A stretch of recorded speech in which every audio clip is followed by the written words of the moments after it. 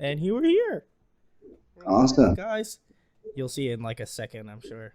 To all the YouTube family, hello. We are with the Demon and Me for their, for my inaugural episode of doing the live track by track. We're going to go through their entire record. As you can tell, I have the real jank music player up in the background here, so that's how I have the exclusive. It's not, it has remastered tracks on here, so that's how it's legit. But thanks to Demon and Me for coming on and I guess being my test guinea pigs. Happy to do it. Yeah, thanks for having us. If you guys want to give a little a little plug to the record, when it comes out, obviously people watching now, they're gonna get that early listen to it, but maybe give a little spiel on it. Cool. Yeah. So it's just been a long time coming. We've been working on it for a really long time. It's been at least probably 2.5, 3-year process. The writing's probably extended about 4 years, but we're just happy to get it out. We've released a good amount of it through the episodes over the course of the last year and a half or so. But there's still some songs that haven't been out yet. Haven't been released yet. There's songs that are remastered, so they sound a little bit different, with some adjustments and stuff like that too. So it's going to be fresh in its own way, but we're pretty excited to share it with everybody. It does come out officially next Wednesday, or this upcoming Wednesday, which is the 24th. So it'll be available publicly everywhere that you stream or purchase music. There we go. Ciro or Julian, you got anything to say? I feel like we've been waiting forever to put this one out. There's a few songs on here that we started writing kind of when Kyle and I met, almost 5-6 years ago. But yeah, it's been a long time coming. We're just really excited that it's out there for everyone to hear soon, and excited to hear what people think about it. But, yeah, it's I think Choke's been written probably about since second tour, first tour for you. So very excited for the record to finally come out in full in all its beautiful glory. We have written a lot of songs to get to this record, so I don't want to keep it from coming out any sooner. So, well, guys, I will leave a link in the description where you can go pick it up if you're much like me and you love the physical aspect of holding a CD. I'm sure they will be shipping those out. I don't want to confirm or deny that, but I feel like that's the possibility. So if you do like buying CDs still and you're old like me, then you'll probably buy a CD. So if not, it'll be on probably all the streaming platforms you can imagine. So go stream it if you don't want to buy a CD, which totally get. Anyway, guys, we're going to get into it here. I'm going to go through the first track here, which is White Room. By the way, I just want to let you guys know I'm going to be counting in every song because we are currently on a video chat and they cannot hear my end of the audio. So we're trying to work through a little technical difficulties. I'm hoping that by next time I'll have a better way of handling this. But for right now, since the album isn't out and I'm not trying to leak it or anything, this is the best way we can do it. So we're going to do it like this. So I'm going to count it in, guys, and then hopefully you'll be on the same page here. Also, if people in the chat can let me know how it is in terms of sound, that would be great. If you need me to turn it up, let me know. I'll do it. But before we get in, somebody commented, Germs M said, will the CDs be available on tour? Yeah. yes. Okay. Limited amount that we printed specifically for the tour, and then we're going to do a little bit of a Black Friday sale, I believe, which is a couple of days after it comes out, with some sort of merch CD bundle where you can get our first record, our new record, and probably a shirt or something like that. It's some form of a bundle to help fund the tour, because we are still an independent band. There's a lot of expenses that come with this, so keep an eye on the socials for that. But yes, you will be able to buy it on tour for sure. There we go. And I'm going to have to pick a CD up because I'm on the East Coast and it gets cold as a brick. So I need a CD. I'm going to definitely pick up a hoodie so I can rock the Demon and Me here on the East Coast. There you go. Cool. But I'm going to count it in, guys. This is the first track, White Room, and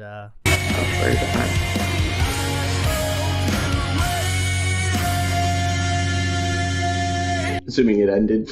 we're this is gonna be fun. I feel like every time you're gonna be, but I feel like you could see it like. Well, we're listening along. We're listening along to the stream, and then we'll know. Like, okay, 30 seconds ish. We'll stop. We'll stop. Cut through. I was like, man, I wonder what they're talking about. But also at the same time, like, I could see like Kyle getting into like the whole like the break in the bridge. Like, should we be rocking out? But I think this was one of the first ones that I think I really got into you guys. Like, I mean, I had Kyle on. I don't even know. It was like a couple years ago, I think now. But it was before all this. Yeah, before all this happened, and this was one that I was like, man, like I really loved it when I first listened to it, and like coming back and listening to it again for a second time, like I remember why I loved it a lot, because that break in that bridge where like everything kind of opens up is probably one of the coolest. Like it just sounds so expansive.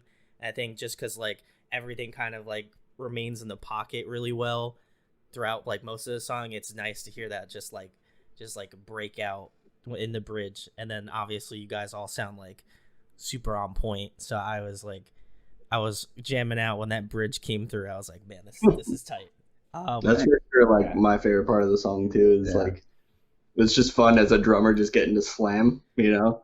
So like, Cyril likes plant. I love plants. That's a thing that he likes. I think my dad's love. Yeah. So. In that case. But that's awesome. And then like, I guess lyrically, Kyle, where does this stem from? Because I feel like, you know, artists in general kind of keep that under, you know, a little bit of lock and key, I feel, in some ways, but you know. Yeah, no, I'm happy about it. Yeah. White Room, when I wrote the lyrics for White Room, I was like in a phase where I was really, really trying to focus on writing outside of my comfort zone. So I wrote so many songs in my career that were breakup songs. And it's just like the Taylor Swift thing where you find like 20 ways to tell the same breakup story. And that's like that's like all I had done for years and years and years. And I got to the point where it's like, okay, it's great talking about personal experience. It's great talking about things that have actually happened to you and emotions that stem from that. Mm-hmm. But I wanted to challenge myself and kind of think outside of the box. So White Room is a fictional story. And all fictional stories can somehow metaphorically be related to, you know, certain concepts can be related to real life, obviously. Sure, but the story is fictional. And I just wanted to come up with some sort of a concept that was really kind of out there and random and just like that. It was a personal challenge. So the song is about basically this guy who's talking in the song was framed by somebody else who took their own life but made it look like it was his fault.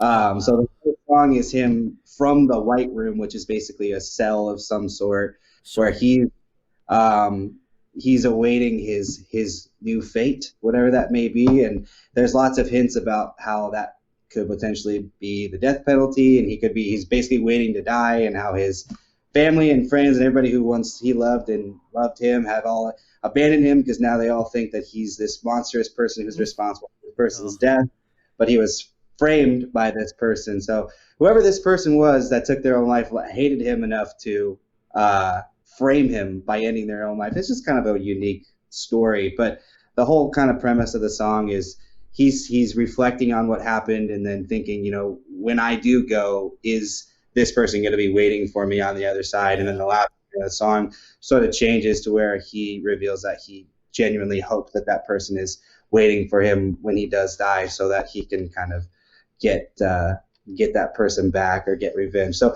maybe there'll be a part 2 someday where they like meet in the afterlife and like duke it out. I don't know. We'll see. But yeah, it's just kind of out of pocket, kind of a weird story, and it was really fun to write. So I like the way it turned out, and it was a cool experiment for me.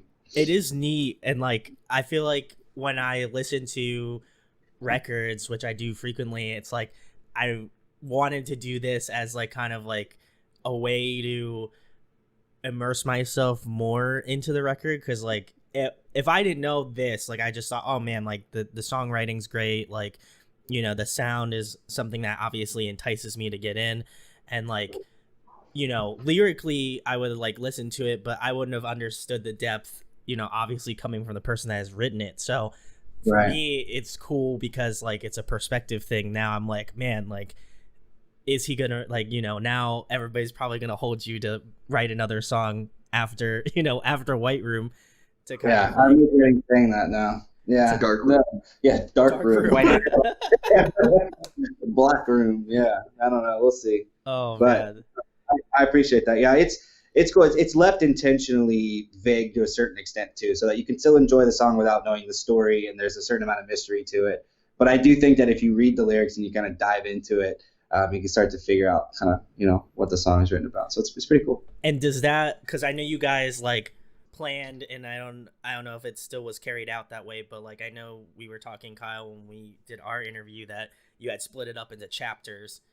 Are they all like uniquely individual to that specific chapter, or obviously we'll get into it a little bit more as this goes on? Originally, we tried to do it so that we released episodes, and each episode had 3 songs. There was no specific mindset with like which songs would pair well with others, aside from the fact that we didn't want any episode to have every song sound super similar. Okay. So we wanted to give a little bit of everything in each episode, because there's a lot of genres that we play off of with our music, and you see that as you hear the rest of the record.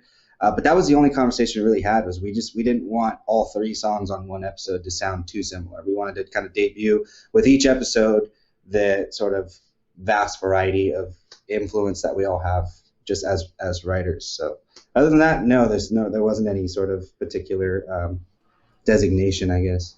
Yeah, this one feels very like Movements meets Thrice kind of vibe, and I hope that's a compliment because I love both of those bands dearly. Yeah. So for me, it kind of emulates that sort of sound, and you know, I love the vocal layers and stuff like that. I just kind of added this cool like call and response sort of like sound to it, and yeah. I this is one that I was excited to obviously come back to, but I think it gave it a little bit new life because like I didn't know all of the backstory behind it. So kudos to you guys. We're gonna move on to track number 2, which is Deja Vu. This one, I believe, if I'm not mistaken, this one was also released already. So if you guys have heard this one, awesome. If you've not, then we're gonna be listening to it. All right, guys, that was Deja Vu. He's like, on mute, and then like, my bad. I was like,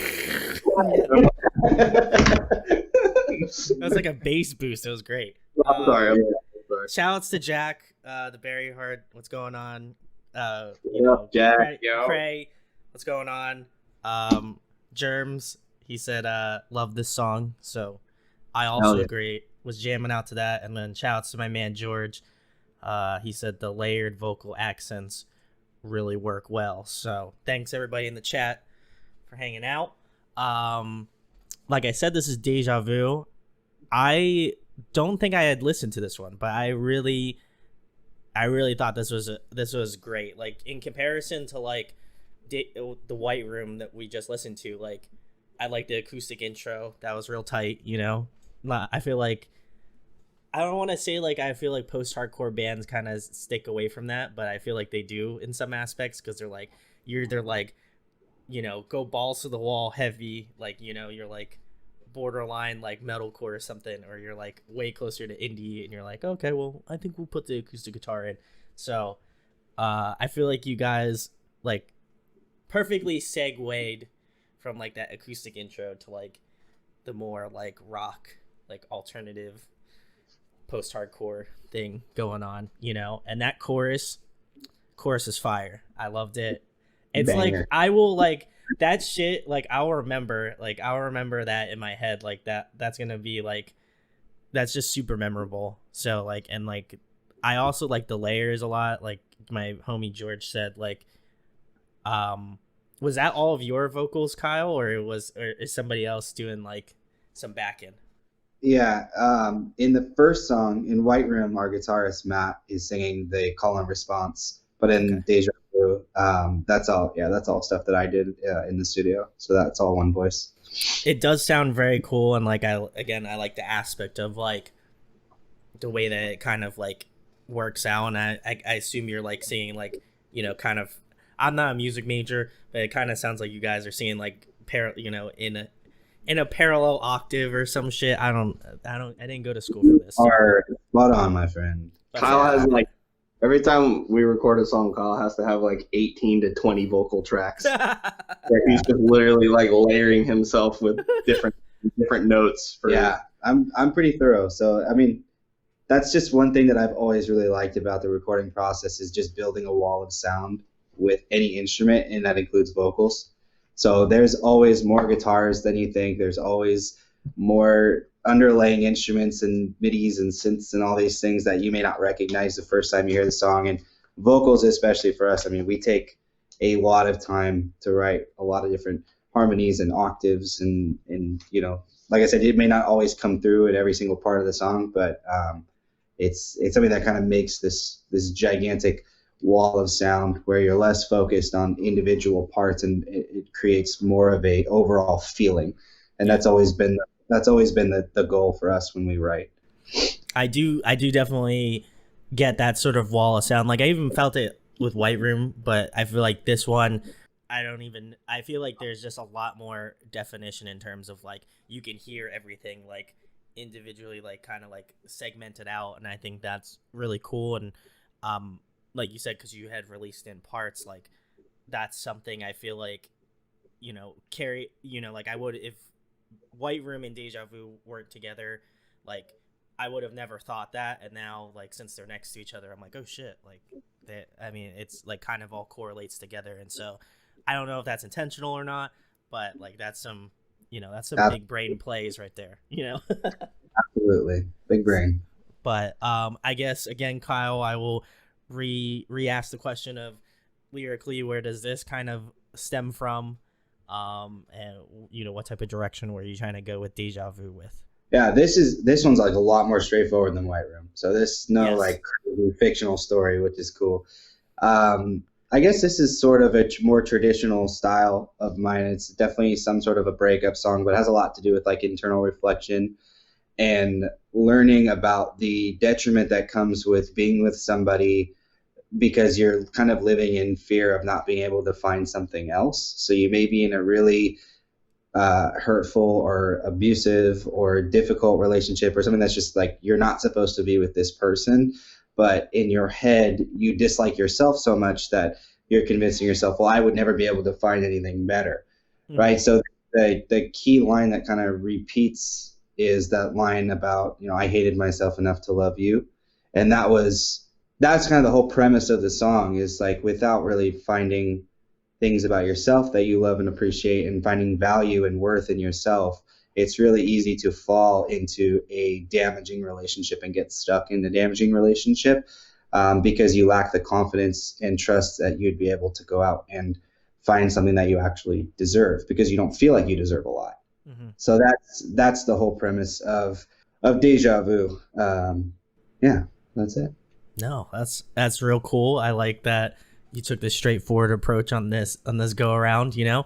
And then I guess in terms of like timeline, like when we were talking at the beginning of this, you had said that like this has been recorded over like a span of time.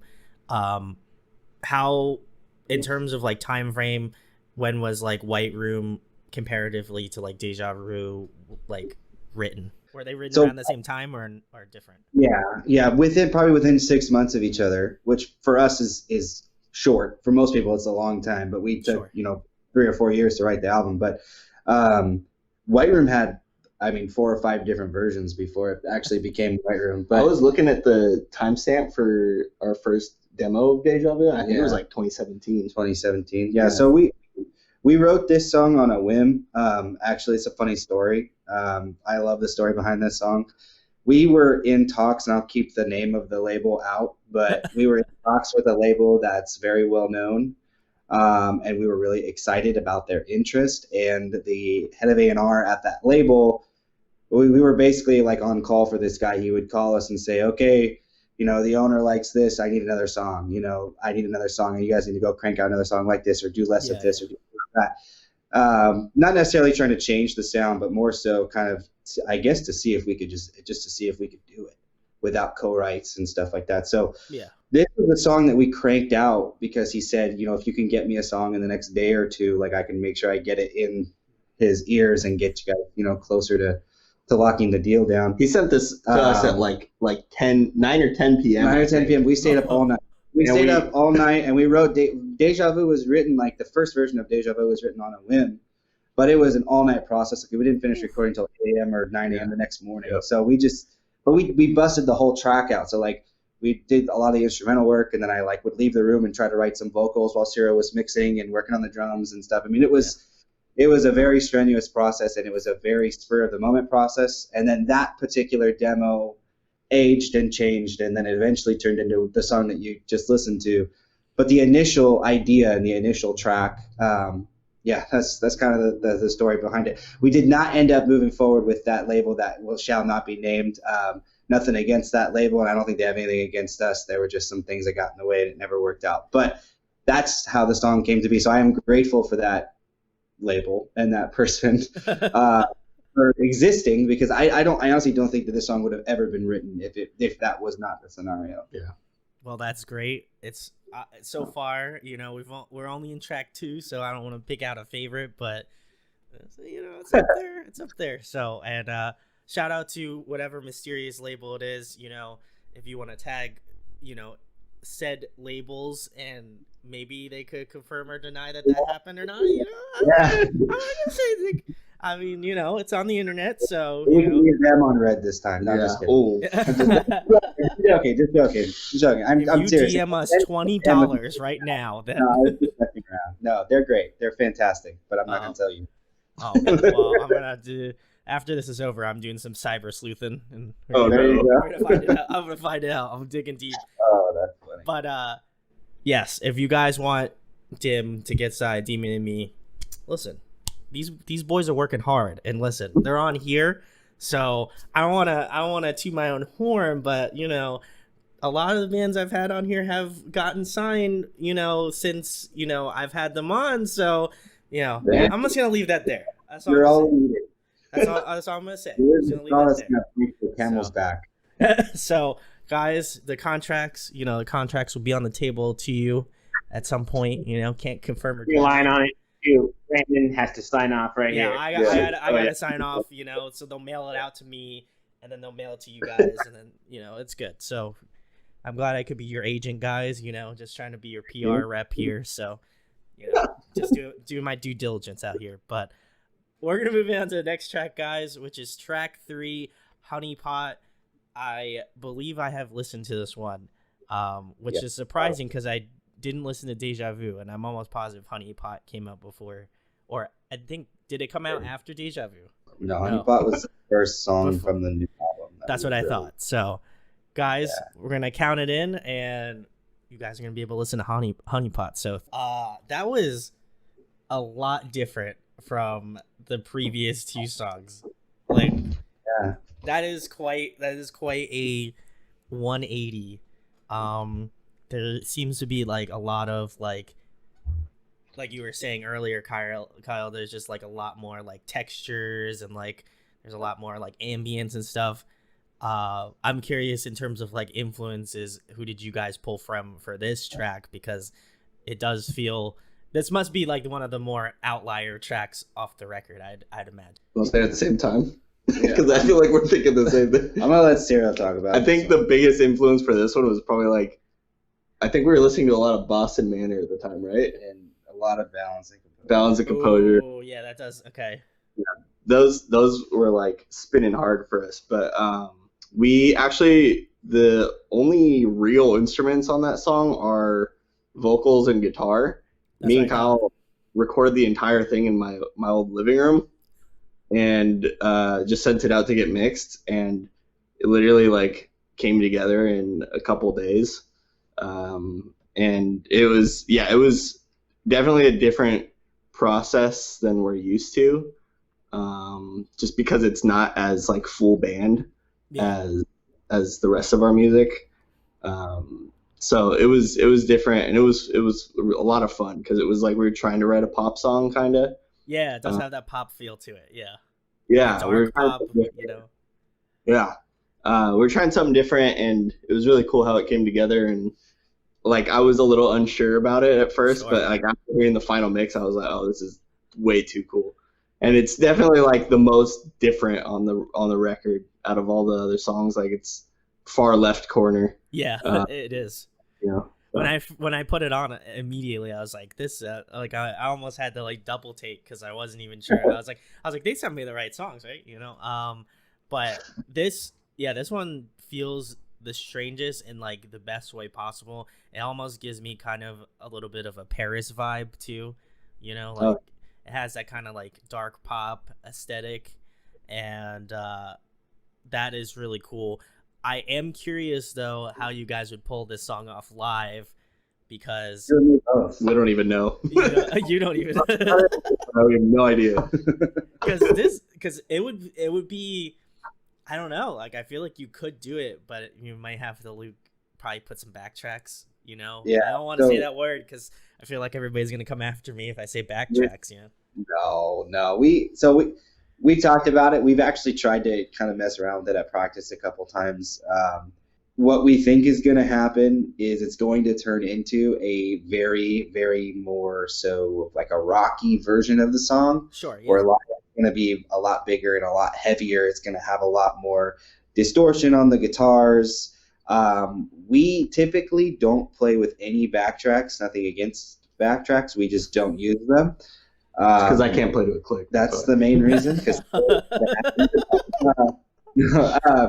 we love the idea of building everything that you hear when you see our band is just built from the ground up, and it's just all real, whether it's for the better or for the worse. You know, there are pros and cons to that for sure. Sure. Yeah. But we're very, very proud about that. And it's not like backtracks versus no backtracks. It's just that's how we like to do it. But yeah, we would have to work on it pretty extensively. So that one's still kind of up in the air onto how we're going to do it live. We have to though. I mean, we have to figure it out because it's very quickly become our most streamed song on a daily basis. There you go. It's gotten the most attention in the shortest amount of time, comparatively speaking, to any of the other songs. So I think it's going to kind of have to be some sort of an automatic when we start to tour again, full band. So yeah.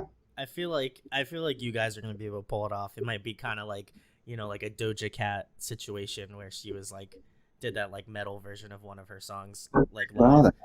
I haven't heard those. Yeah, it was pretty tight. I think I'm almost positive, and the internet can quote me if I'm wrong, but I'm pretty sure she sampled like a Pliny song, which was like Pliny was like trending on Twitter, and and like she was like, yeah, I use this song, and then he was like, oh shit, I didn't know. So that's wild. It was wild. If I can find it, I'll post it on Twitter probably or something. But it was nuts. But again, Kyle, with the lyrics, gotta kind of come back to that. But before we start that, what's going on, Josh? Welcome to the stream, bud. Hi, Josh. And Germ says, that's my fault. I play it 10 times a day. So that's where you're getting all the stream revenue from. That makes sense. All 2 cents. Yeah. Shout out to Spotify. But anyway, Kyle, you can tell us what the lyrical background for this one is. I don't know. It's about honey. I have no idea. Honey. This was another song that was sort of written strangely for me. This is all fictional. So originally when I wrote this song, I wrote the chorus first, and then I wrote the verses after. So what it started is as it ended up as something completely different. Originally, it was a conversation with the speaker of the song and what I presumed to be, you know, the devil or Satan or whatever, and this entity, whatever this evil entity is to you, is convincing the person that the way that they live doesn't matter, because kind of like everybody dies, even if you have faith, if you're forgiven, no matter what you do, then why does it matter what you do? You know, all these different points of like, you know, do whatever you want because it doesn't, nothing really matters in the end. And that was the original premise of the song. And then like as I dove into the verses, things started changing, and then it became a a lot about all these other little mini points and stuff like that. So Honeypot's all over the place. There's not just one premise to the song. There's kind of stuff that touches on, like being fake with faith, and there's stuff that touches on how like people's righteousness is a front, and how throwing stones at glass houses, that metaphor, right? We've all been in that position or know someone who's been in that position. So it's literally all over the place. There is not one premise. This is not as organized as White Room was. A lot of that has to do with the fact that we wrote and recorded this entire song in one day. And it was mixed in 1 or 2 days. So the whole song took, like Cyril said, a couple of days or a few days from start to finish, from beginning to final. And it was just something we just kind of popped out, and we're glad it ended up the way that it did. This was a rare no rewrite thing. We usually rewrite songs 3 or 4 times, and this was it. The song was done, and we loved it. There was no revisions on it. No revisions. We just liked it, and we kept it. So the way it came out too, like, was because of the producer that we sent it to. We just let him go ham on it. Like, we told him like the goal was like it's gonna be like a like a pop song. Like, mix it like a pop song. Don't mix it like our other music. And he's crazy with it, and like put like synths and stuff in the back that weren't there originally, and like it came out really cool. It stands out from the pack so far. Like, this is probably going to be like the song that, like, if you're really into like dark pop, like emo in some aspects, like I know you mentioned Boston Manor, and obviously Balancing Composure does have that sort of like quality or sound to it, but also like, again, any sort of, I'm not really into like heavily invested into dark pop, but like Paris was the one that like came off the top of my head that I could think of that is kind of in that lane. So guys, I hope you liked Honeypot. Josh says, yo, White Room is my jam. Y'all know that. And so shouts to Josh. He's giving you the streams. So appreciate Josh here. But the next track, guys, is number 4. It's Obituary. If I'm correct, correct me if I'm wrong, guys. This is not out yet, so this is brand new. It is out. This is out. Yeah. Okay. Well, guys, but you, it's not out because you haven't heard it. To me. I haven't heard it, so it's new. It's brand new to me. You don't even have to guess anymore which ones are out and which ones aren't. They're all not out for me. You're gonna hear it the way that it was intended to be heard, and that's all that matters. This is like, no joke, guys. People are probably gonna think, man, he must have listened to it like 30 times.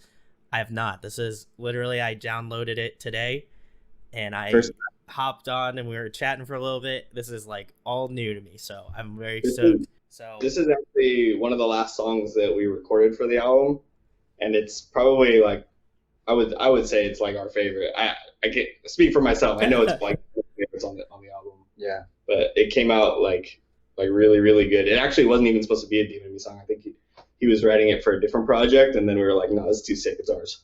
Yeah, like you can't put this down by yourself, man. They stole it.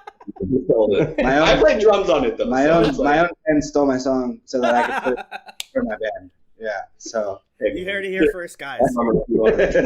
Yeah, I mean, the secret's out. Anyway, guys, this is track number 4, Obituary. I want to be like the guy that agrees with you guys, but that one's the best one. that was the best track. I don't think I need to hear the rest of it. I know that it's the best one. Now you see why we didn't let him keep it, man. I don't think it's the best song. It's just my favorite song. Oh no! Like that last minute just was so chunky. It was great. It's a chunky boy. Yeah. Oh man, that was great. Like, and it was cool because like the build up from it, I think it's nice because like you kind of like took in like this. It originally, it has like this really nice piano. Like the vocals are kind of like lower on the register. Even in the same, like, obviously like Kyle's like main vocals, but then he also has like another layer where he's singing like an octave lower or like in a lower register, and then he kind of has like a little bit of like high mid kind of stuff like there. But once it breaks out into like that last bit, like I was not expecting it because I was like, oh man, this is like a little bit slower. It's definitely in that kind of like rock direction, and then it just takes off. Like it was like a rocket that just like fucking just blew up, you know? So yeah, the end of that song is a curveball for sure. Like I was not like, I was like, oh man, they got another minute. I was like, is it gonna be? I was like, what are they gonna do with this? Like it gets slower instead. Yeah, I thought you were just gonna have. Man, like I thought for sure it was just gonna be. I thought I was like, man, this song is gonna just like. I was like, is this song just gonna like slow down? You know, I thought it was gonna have this like nice like build and have like a cool like climax at the end, and then you guys almost got me, and then I was like, holy shit!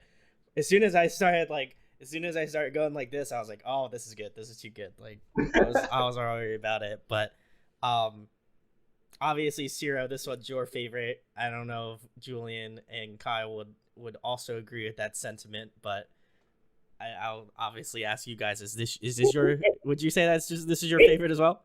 It's one of my favorites. It's tough to say. Like, it's like when you ask a parent like, "Which is your favorite kid?" Correct. It's like you don't want to tell the kids in front of them. Like, there's definitely some winners here and there. Some days, like Obituary is like one of those ones though that for me, like when I first started, I was like, okay, this is way sicker than I was expecting. Especially when I was like, what the fuck? Like, we had to keep the song. It had to be a Demon Maid song. I'm like, this can't be a solo song. None of us even really knew. I mean, besides Kyle, because Kyle. So I had recorded drums for it, and then Kyle did everything. But I didn't know what the song was gonna sound like at all when I recorded it.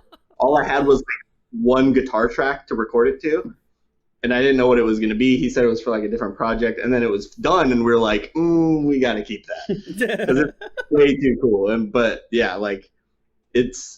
I think that's one of the reasons why it's my favorite is because like it went from like you got to hear it as a listener. Yeah, exactly. Yeah. I got to hear it for the first time the way you just did. Yeah. So it was like more of like that kind of experience, and then like you just kind of the more you listen to it, it just turns into something else, I guess. Did you, Kyle? So I'll have to ask since you are the main writer of this. Was that always your intention to take it where it was at the end in that direction, or was that just kind of like just like last thought, like let's just make it heavy, No, it was intentional. I knew where I wanted it to go. Yeah, so that was 100% intentional. But I listened to like so much Thrice that like it's hard for me to not do stuff like that. That's fair. That's fair. Shout out to Dustin. Today's his birthday. Come to the stream, Dustin. Let's go. We'll add you in.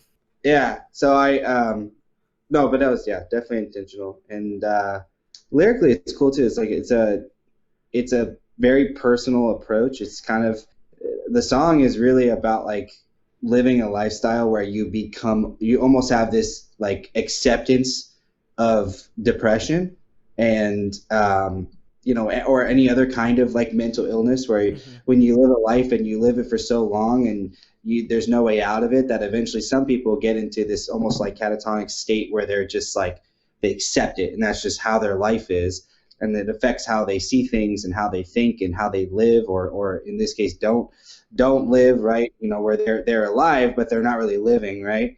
And just kind of the way that it affects your mind, like the line about torching the garden so you can see in the night, like that's a metaphor of desperation. Like people who live life that way, they have to burn the good things sometimes just to get through their day-to-day, right? Because they're just so used to and accepting of the fact that they are like broken people. So the Obituary line, the name of the song, there's a line in the second verse where it says, the name in the obituary always feels like someone like when you live that long, like even something as sad as reading an obituary about somebody passing away starts to feel normalized to you.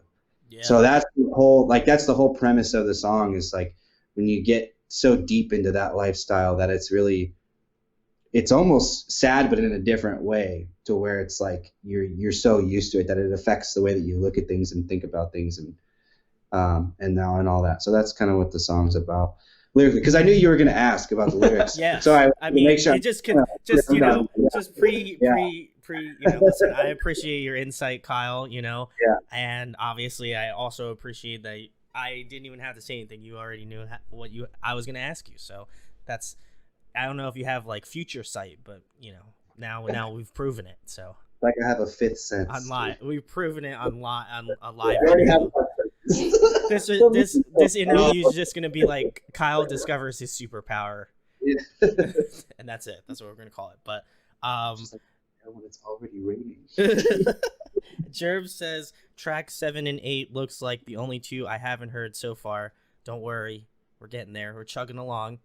And I haven't heard the last either. Brent says that was a good song. So Yeah. you get a thumbs up. Hi, For Brent. I also- Oh, okay. Thanks, Brent. Thanks, Brent. Shout outs to Brent. We're gonna move on to the next track, guys, which is track 5, Choke. I know this one's been out because I have definitely seen it. So, So I have not listened to it. Remixed and remastered too. So this is gonna sound different than the version you guys have heard. Ooh, we get that fancy remaster, which Yeah. was clearly notated on the file that I downloaded that says remastered in Spelled out. parentheses. So there we go, guys. Let's listen to Choke. I thoroughly enjoyed that one as well. I know I feel like that's just gonna be like my cop out answer kind of a thing, but I'll go in a little more detail. Don't be worried. Like, this is semi reaction, so I don't want to seem like, yeah, I like that song. It was good, But I will say, it was kind of like, I would say, I think it's the heaviest song thus far, for sure. It's definitely in that more post-hardcore feel. There is some screaming, which I was definitely surprised about. I could hear it like a little bit. So I'm curious on who did the scrims, who did a little screaming action there. Oh, Kyle. Oh, yeah. Okay. Well, yeah. Showing the vocal chops out here. I actually have one vocal on that song, but it's very, very hidden, and no one will ever. I had to do like this really high part at the very end, but it ended up just getting buried. It's just like a slow. But that's like the only time I've ever recorded vocals for anything. We're gonna get the stem from that track. No. I bet it's super bad. And release it, and it's gonna be called Choke Acoustic Part 2. And it's just gonna be Ciro's stem of him doing his falsetto part. It's bad. And it's gonna just be 15 seconds. Choke. Undoctored, corrected, no reverb. It's just gonna be straight from Ciro. It's going straight to NFTs, so Yeah, you guys can purchase that. Absolutely. So. No, but Kyle does all the vocals on it, obviously, besides that one. But yours is the best part. Mine's the best part for Yours is the best part that no one will hear.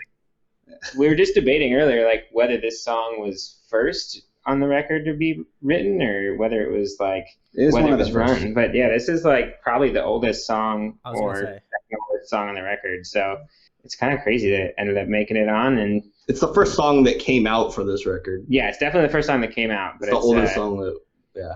One of the first ones we wrote. Yeah, it does, like, because I've been following you guys for a while. Like, I feel like I remember when, like, Choke came out, and I was like, man, this is a cool, like, post-hardcore kind of, like, rock band. And I was like, I should just keep an eye on them. This is even before I started the channel, to be quite honest. And I was like, it would be cool. It would be cool to have them on at some point, and then now we're here. But I do like that, the fact that, again, it does have that sort of old roots, and I obviously know you guys have probably played this many times. Do you feel like it gets old to you? Because, like, I mean, I feel like sometimes, like, bands that have, like, catalogs that extend, like, long, super long, like, I feel like they might get tired of playing, like, their first record or whatever, unless it's like an anniversary thing where they're like, okay, well, I guess I have to learn this again and then, like, play it.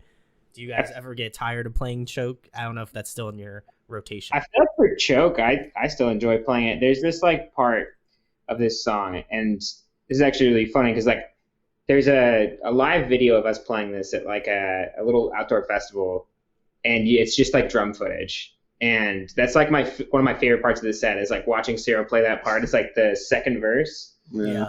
you kind of lock in for a second, and it's always still really fun for me to play, at least. The song has a lot of energy live. I think it's probably like the highest energy For of sure. the set.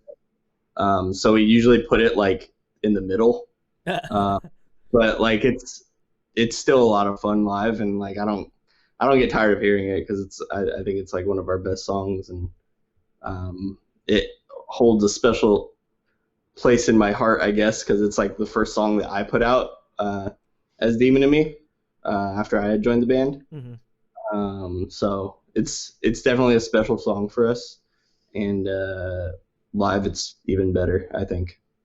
Kyle, your thoughts? Like listening to it anymore, but I like playing it live. I love playing it live. There's a lot of songs like that for me. Pretty much like anything on the first record, I hate listening to it. But there are songs on that album that I love playing and performing. And Sure. So yeah, Choke is still very, very fun. And the next song on the album is also already out. That's also a really fun live song as well. Yeah. Just to transition. I mean, I just figured that would be helpful, to do a little transition there. But also in response to Jeremy, you have heard a lot of these songs already. A lot of you guys who have been following us for a long time have heard most of these songs already. There's at least 3 that haven't been released at all. And then a couple of remastered versions. We had originally planned to release them in 3-song increments and then have the whole thing be available as an album. Mm-hmm. But we didn't want to wait any longer, so now we're just going to put the whole thing out so you can get everything. So the good news is, Jeremy, if you were hoping to hear more new songs, which I'm sure a lot of people were, we have about 70 to 80% of a brand new record already written. So we are very close already to having more music ready, even though we're just now putting this record out. So there's a lot more stuff coming for sure. But a lot of people are still discovering our band. So a lot of people who are watching this and who will be seeing us on the tour that we're doing with Corey Wells in a couple of weeks, they're going to be hearing us for the first time. So this is going to be new for a lot of people. So for those of you who have been with us for a long time, where a lot of this isn't new for you, we really appreciate you. Sorry we don't have more new music right this second, but we will. And there are new songs on this album you haven't heard yet. We'll get to them. We're almost there, I promise. There we go. Well, if you wanted to delve in, Kyle, to the lyrics a little bit for Choke, I don't know if I don't think we talked about that yet. So what's the lyrical process of that? Choke was written about domestic violence. That was the whole premise of the song. And I wanted to write a song from the abused perspective. Basically, the verses kind of describe how the abuser makes this person feel and what it feels like to go through that when somebody you love and trust, you're supposed to love and trust, decides to do something like that to you and how it affects you, the way that you think and the way that you feel.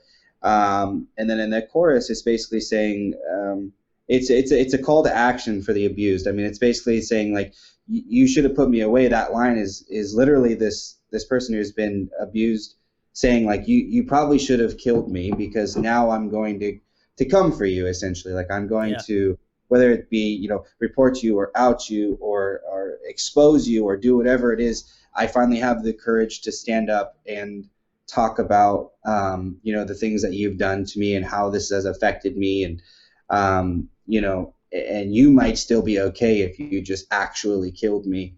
I know that's a little extreme, but that's the whole point of the song. It's you should have put me away because now you're going to be put away because you didn't. Because I'm finally to the point where I can retaliate isn't the right word, but respond appropriately, right, and expose the terrible things. So that's what the song's about. Yes, and I also like the fact that like the lyrical aspect of the song and kind of the like energy of the song match. I feel like that definitely brings a lot of the sort of like emotions out in the track, and I can only imagine from probably more of a live perspective that's only further put out there and stuff like that. So excited to move. I'm sure Kyle's excited to move on into the next song because I know he doesn't like listening to the old shit, but it's okay though. We're gonna get through it, Kyle. We're gonna make it. Jeremy said wasn't a critique, was just pointing it out. Dragging friends to the Salt Lake City show. So if you guys Thank you so much. And I know you weren't critiquing. I was just wanting to give you something to look forward to. We talked about this before the stream. We know there's going to be a lot of people who see the track listing and they're going to react to it saying, well, I've heard a lot of these songs already. And it'll just be nice to hear them all as a complete entity the way they were intended, along with some new songs to look forward to. But I just wanted to let you know that there is more new stuff on the horizon. So hopefully that is exciting as well. But I appreciate it, because if you've heard all these songs before, that means you've supported us for a while. And that means you have to get up there and sing it, you know? Yeah, it means a lot. So thank you, Jeremy. Well, thank you, Jeremy, for coming to the stream. Guys, if you have made it, this far, thank you. And also, if you guys want to purchase the CD, there will be a link in the description. Once this will actually release as a VOD on the channel, the album will also be out. So then you'll be able to, if you're like me, like the physicalness of like buying a CD, I'm sure they'll mail them out. If not, you can get them on tour. As Kyle has mentioned, they're going out with Corey Wells, another famous person of the channel here. So shout outs to Corey. And very cool. So, and also, if you want to support them, go buy a shirt, a hoodie. I don't know what else they sell, but I'm pretty sure it's shirts and hoodies. That's to my knowledge, that's my guess. Unless you have like booty shorts, then I'll buy one of those too. We should not yet. Damn. All right, well, you guys better get on it. Just anyway, guys, we're gonna move on to track number 6, which is Canvas.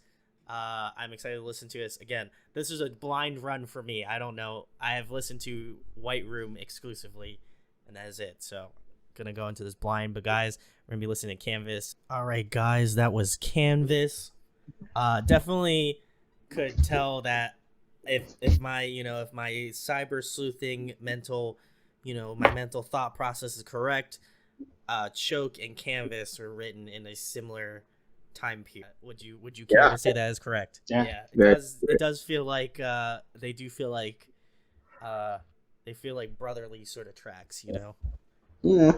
Actually, I think now I'm thinking about it. So they came out close to each other. I think Canvas was the second song that came out. Yeah. But music video. Now that I'm thinking about it, Canvas was another one of those songs that we wrote for that label.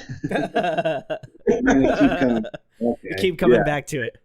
I think it was another one of those that we, because we had rented like a practice space for a while, and we were doing all of our recording there, and it was 24 hours. So me and Kyle used to work at Dave & Buster's, and we'd get off at like 2:30 a.m. and then just go straight there and stay there till like 10 in the morning writing music.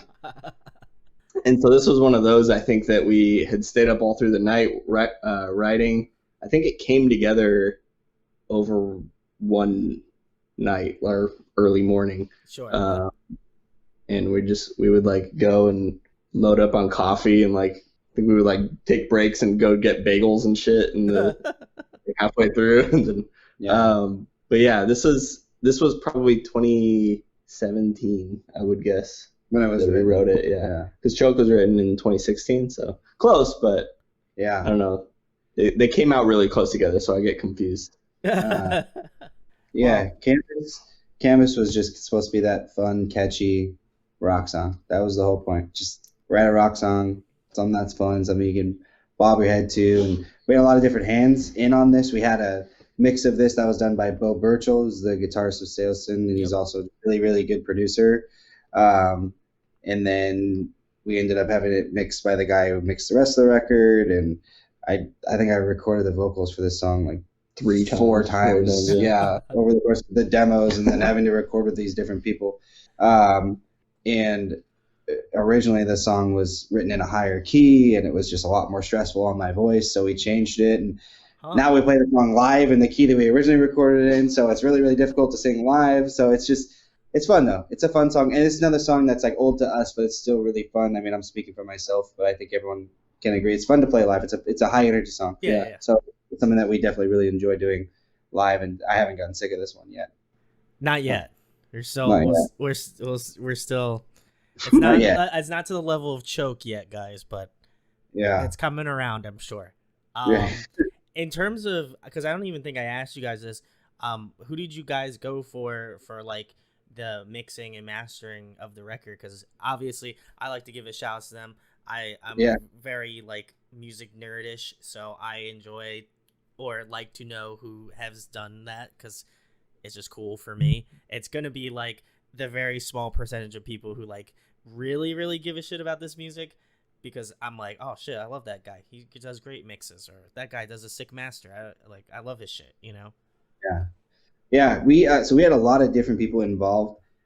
Ciro did a fair share of engineering on the album, and he did a lot of the vocal editing himself. And then we actually had probably 70 to 80% of the record engineered originally by Josh Unit, who used to play guitar in Wolf and Bear. He's a producer up here in Northern California. Yep.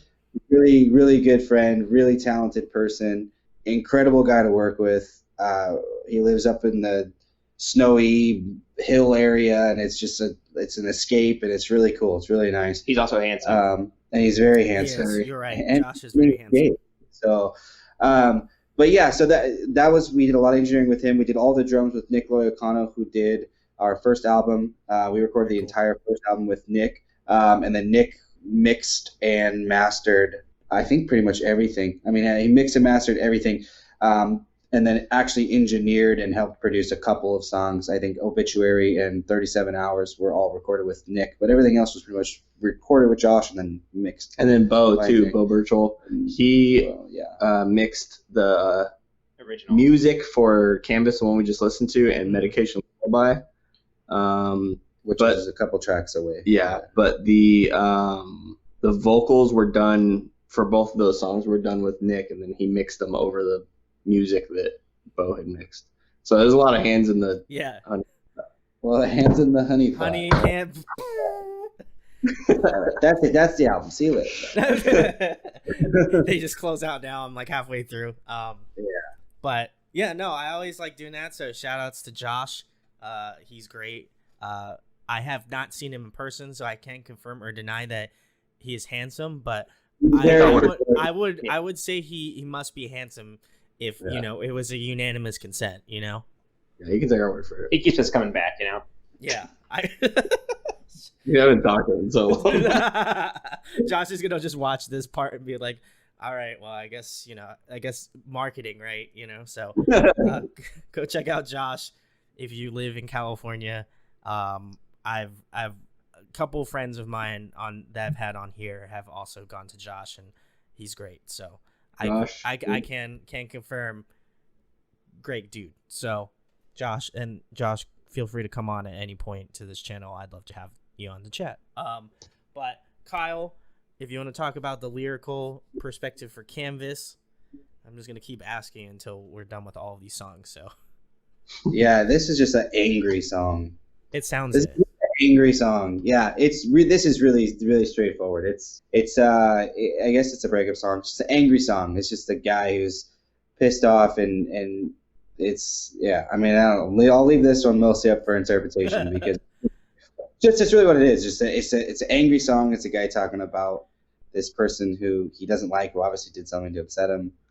Whether it's a true story or not, I'll leave that up to people to speculate about.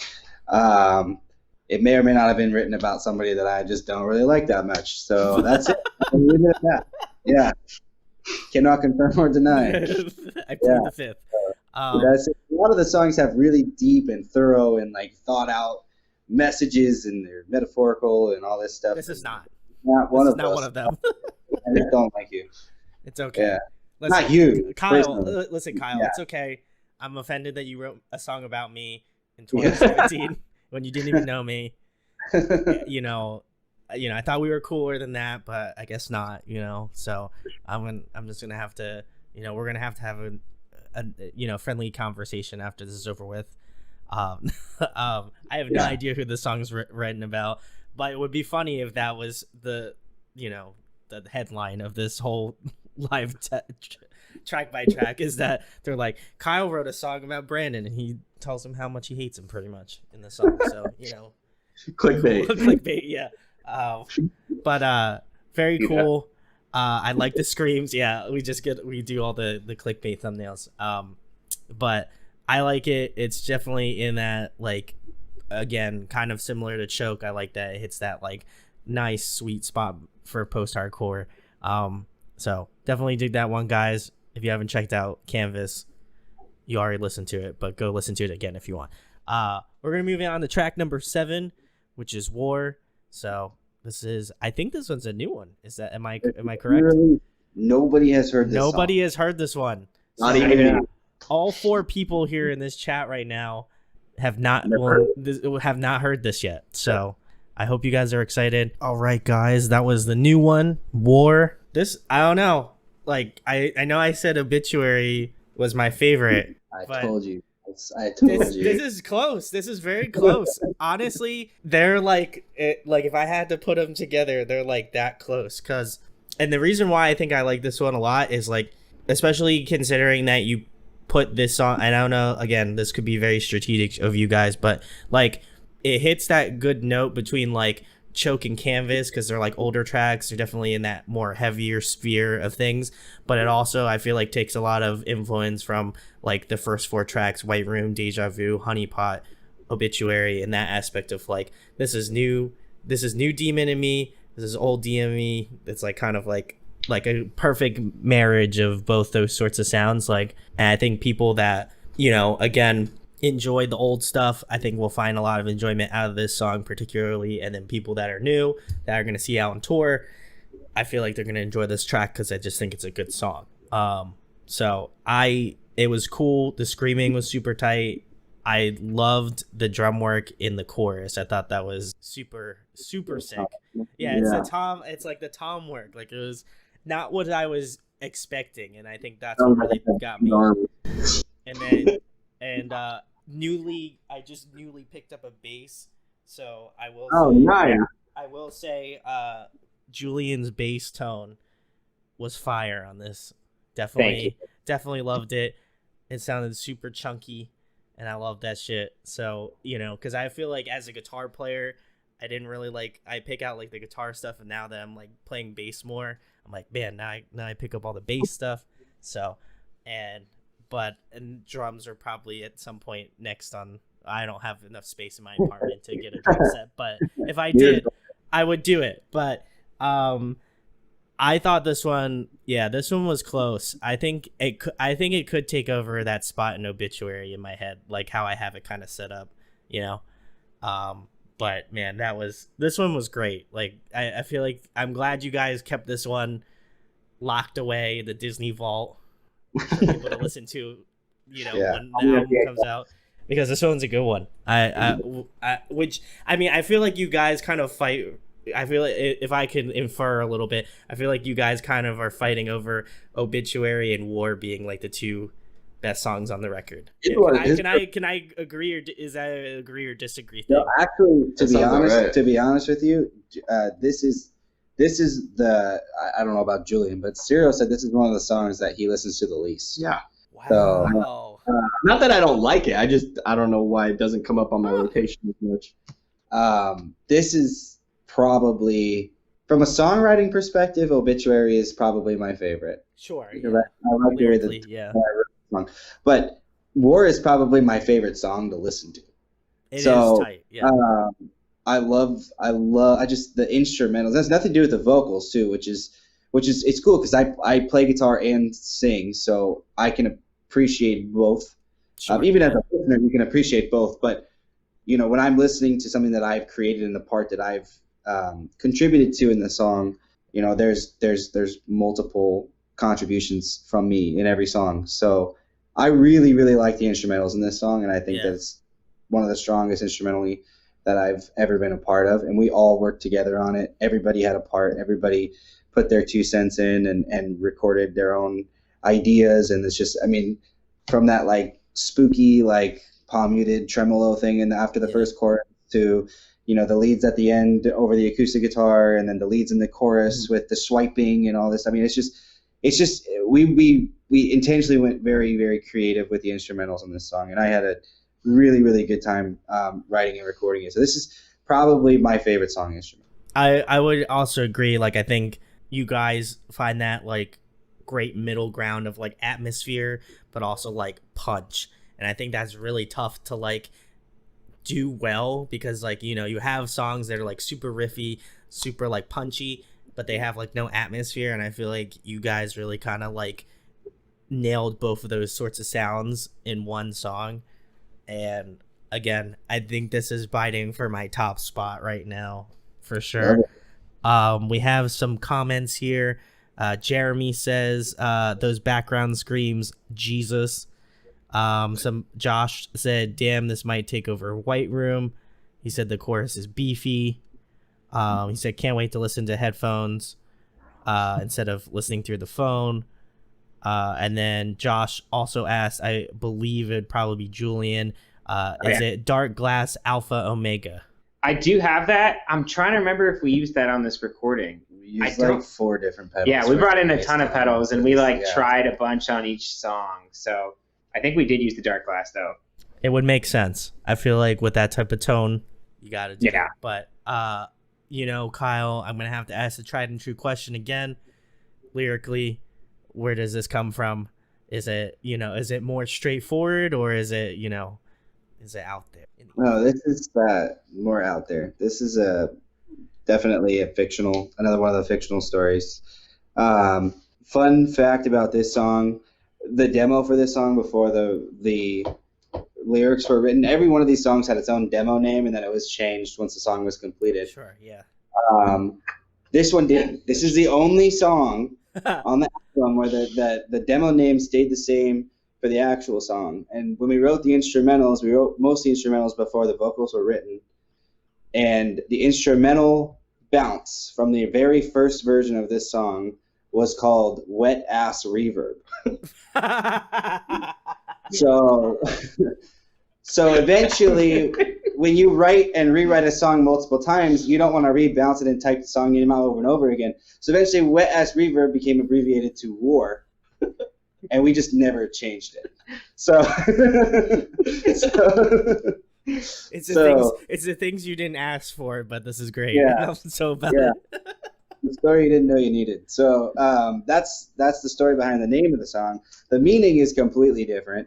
The lyrics are about it's just this guy who's just like an awful person. He's talking about in the first verse about all these terrible things that he's done and how he will steal and lie and cheat and kill and do all these things, and nothing matters to him. He doesn't care. And then when the chorus kicks in, there's this concept of feeling like over a certain amount of time that something is coming to get him. And this idea of karma is stretched into some sort of an actual entity, where the term I use in the chorus is karma phantom. It's like something's actually coming to chase this guy down. And then when it gets into the second verse, the reflection totally changes. Where he's starting to feel a significant amount of remorse for his actions. He starts to talk about how like he seeked love that he never gave, and that he killed everything except the internal pain that he was dealing with, and all this stuff. And then eventually in the second chorus, we talk about how these karma phantoms, in the first chorus, it says that they see in black and red, which is a metaphor for saying that they have no mercy. They only see the bad things that you've done and the bad person that you are. They don't care about remorse. They don't care about changed behavior. Karma, whatever this karma phantom entity is, only sees black and red, which in my mind it means only the bad stuff. So at the end of the second chorus, the whole key change and big epic bridge, the line changes from they see in black and red to now I see in black and red. So open for interpretation, but I think originally the whole point was eventually he himself becomes a karma phantom after being chased down by whatever this entity is. And again, a lot of it's open for interpretation, but that's kind of the whole point, is like terrible person, then you're terrible for too long, to where when you start to feel remorse, it doesn't matter anymore. By the time this entity thing catches up to you, you turn into one of these entities. And then you can almost go as far to say that these entities were once these other people who were also bad people who had no remorse for their actions, and then they turned into this chaser of bad karma. So I don't know. It's a very weird song in terms of the lyrical content, but it was really fun to write because it was, again, it's not a breakup song. It was really out of my element, and I love that concept of,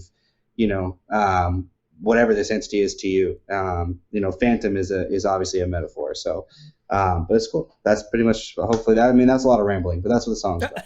That is, listen. The more information, Kyle, the better. At least for me, I like hearing about this shit, and I imagine the people that are hanging out also enjoy it. I also like the fact that, you know, the acronym of the song name is something entirely different from what the song's meaning is. So, Right. That's impressive in and of itself. So I gotta give you guys major props for somehow working that together. So, guys, I hope you like War. We're moving on to the next track number 8, which is Medication Lullaby. This is also, if my mind serves me correct, this is also another new one. Is that correct? All right, yes, sir. Guys, that was track number 8, is Medication Lullaby.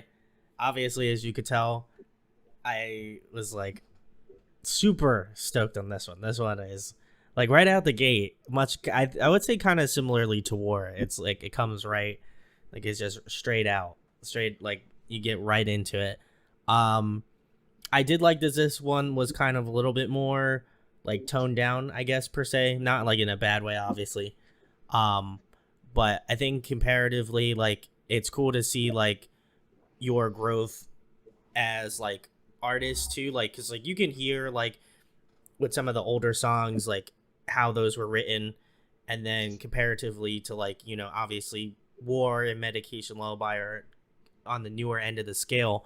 You can just listen to like in terms of like the structure, like how you guys all kind of got better at your instruments and like singing and like doing all that sort of stuff. It really kind of, at least for me personally, it shows like kind of the growth of you guys as like individual artists, and like how instead of maybe kind of doing something the way you would have done something like a couple years ago, it's like completely different now, like especially with the newer stuff. So I gotta give you props for that, because like that was something I noticed, like especially more specifically with War and Medication Lullaby, were just like you could have done some, like if I was like thinking like Old Demon in Me, like I had something in my head, but then like I actually listened to it and it was like different than what I wanted it, which is totally great because I think it takes the song in a better and different direction.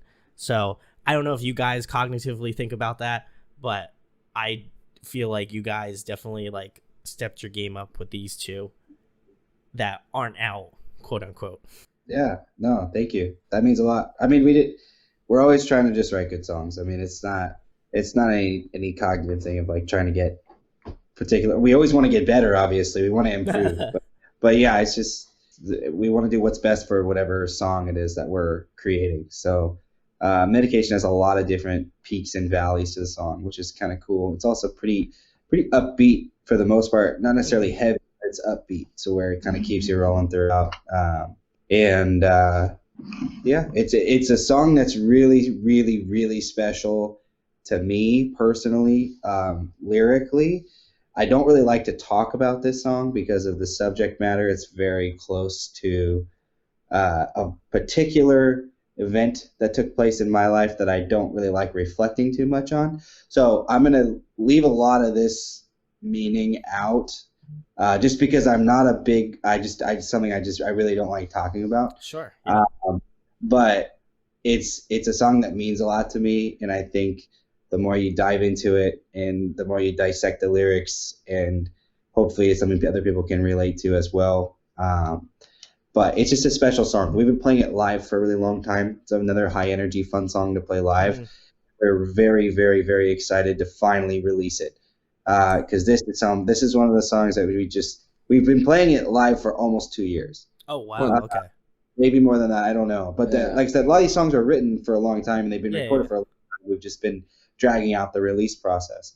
But we've been playing this song live for a very long time, and it translates well live. It's very cool. The bridge and the atmospheric leads and the tapping and the song builds and then ends really heavy. It's just it's a good live song. So we are really excited for people to finally hear the recorded version of it.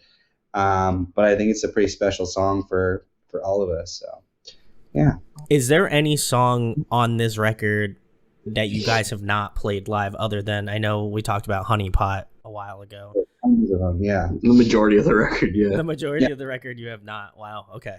Yeah. So the songs that we've played live, we've only played Choke and Canvas, obviously. We played Medication and Lullaby, and we've played Deja Vu, but we've only played Deja Vu like a handful of times. Once or twice, I think, live.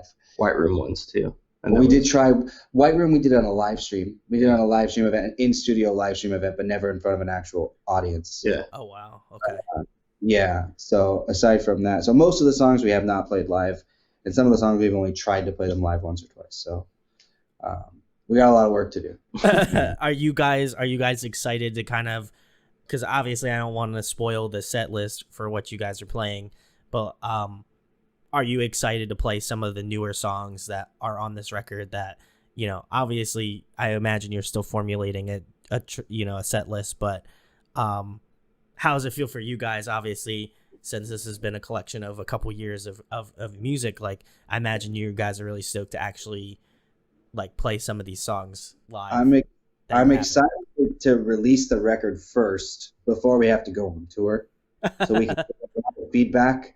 Because I think it's going to be really cool. It's kind of a unique experience that we're going to get to find out what people want to hear before we have to play it. Okay. Yeah. You know, when the record comes out, because so many of these songs we've never played before. I think once the record's out in its entirety and we start to get a lot of feedback about which songs people like the most, it will really help us formulate a set that's appropriate. So I'm excited for that. Well, there you go, guys. If you did want to know which songs that they would be playing live when they're going to be on tour with Corey Wells, if you missed the beginning, just let them know which ones you want to hear, or just I would assume probably just stream the ones you like. You know, who knows? When the songs that you might enjoy might make it on the track list. I can't confirm or deny because unfortunately that tour is not coming anywhere near where I live. So I will have to hope that they will come out to the East Coast sometime, you know, in the foreseeable future. So we hope so. Anyway, guys, we move it on to the next song, which is track number 9. This one's 37 Hours. I couldn't help but laugh. I looked up and I saw Kyle doing something. I was cracking up. I don't even know what you guys are saying, but like Kyle was like standing back and he was doing something like this, and I was like, oh my god, this is just like the funniest shit. It's just great watching you guys because, again, people don't know this. They're not listening to what I'm listening to, so they're like completely muted in their own space for like whatever period of time they were listening to the song. So it's just goofy shit. I wish we could have gotten what was going on there, but we're listening. It's just like 15 seconds after what you're hearing. Yeah. Or like the riff that happened already. Yeah. So I'm in the future, guys. I just want to let you know that I've ascended to a higher power now. So, you know, I can control time now. But anyways, Jeremy said from the last track, he said he loved the ending. He also said that you guys can't do anything wrong. You know, kudos to Jeremy. He's he really doing it. Josh said, does the whole record count for what songs they can hear on tour with Corey Wells? I don't believe that is an option, but I'm just gonna say you could do you. You know what I'm saying? Just tell Corey. Just tell Corey. You know he can shorten his set a little bit. You know that's what it comes down to. You guys know each other, so you know I'm sure he's fine with just being like, oh, you know, I'll just let Demon and me have more time. Yeah, always headliner. Shouts to Corey Wells. Tonight, dude. I feel like he's gonna text. I feel like he's gonna DM me and be like, "Yo, man, why the fuck you throw me under the bus like that?" He's like, "I'm not gonna give more time to Demon and me." But this one was very cool. I like this one a lot. It was, I think, like, to me, the thing that impresses me the most is like the catchability of your song. I think the thing that strikes me about your band, and honestly is probably what will keep me enjoying this band a ton, obviously, besides that you guys are my friends, hopefully. But I like the fact that like all of these songs like just have this just like enjoyment out of them, and like obviously I feel like that's what most people listen to music for, but there's just like this replayability that I'm like, oh shit, like there's just so many layers to how the tracks are arranged and stuff like that.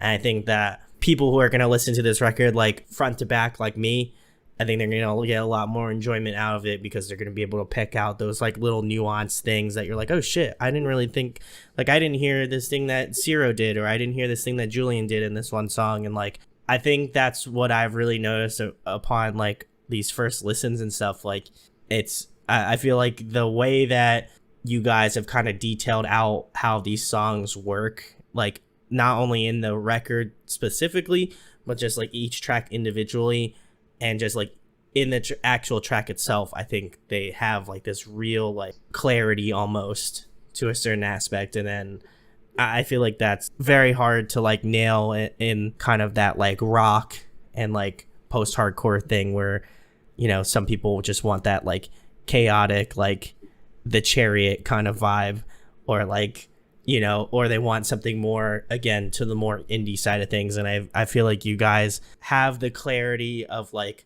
what an indie project has, but has the grit of like what a rock kind of post-hardcore band should have. So just going to say, really enjoyed 37 Hours, and just thus far I've enjoyed all the songs.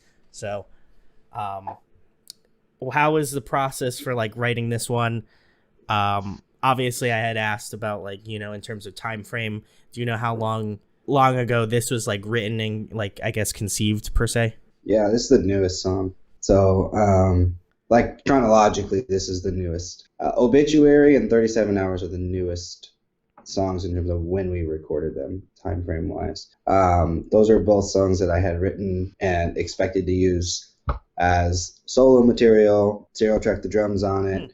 And it was like, all right, we got to use these songs. You know, you can't use these songs, Kyle. You have to use them for DVD. This was another one of those. So, no, I'm glad though. I'm glad it's on the album. I like this song a lot.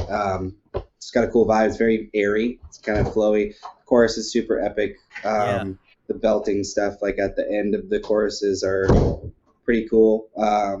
You know, the guy who was recording it, Nick, said that it was reminiscent of even like older MCR, the louder vocals at the end of the chorus.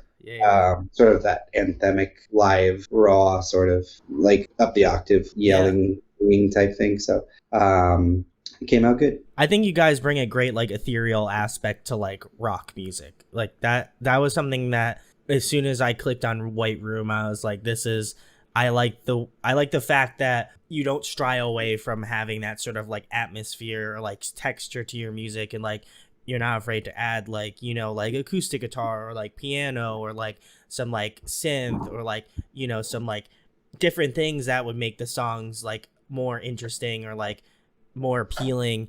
And again, I think it has a lot to do with the fact that you guys have kind of like, you know, worked on this for, you know, depending upon whatever the song it is, obviously. But I feel like you guys have kind of like really, like I said earlier about like Medication, Lullaby, and War, is that like I feel like you guys have really, at least from my perspective, honed in on what you guys want to do. And I think you guys definitely hit like a good peak, and I feel like you obviously can continue to go up from there. But just the way that some of even like the vocal runs and stuff, like they're all like really meshed well together with like the instrumentation and like even kind of like the emotional aspect of like the song too. Like I feel like they all kind of come to a head very well. So kudos to you guys. And then I guess Kyle, what's the lyrical background for 37 Hours? Yeah, 37 Hours is about kind of the concept of there's sort of this notion that like when you're a broken person, you can't really like love fully, right? The whole concept is like you can't love other people unless you love yourself type thing, and that's kind of a reoccurring on the album. But this is a different approach. This is kind of the person, whoever is speaking in this song, and this is a fictional story, but he's basically coming to the conclusion that like when you think about it like a puzzle, like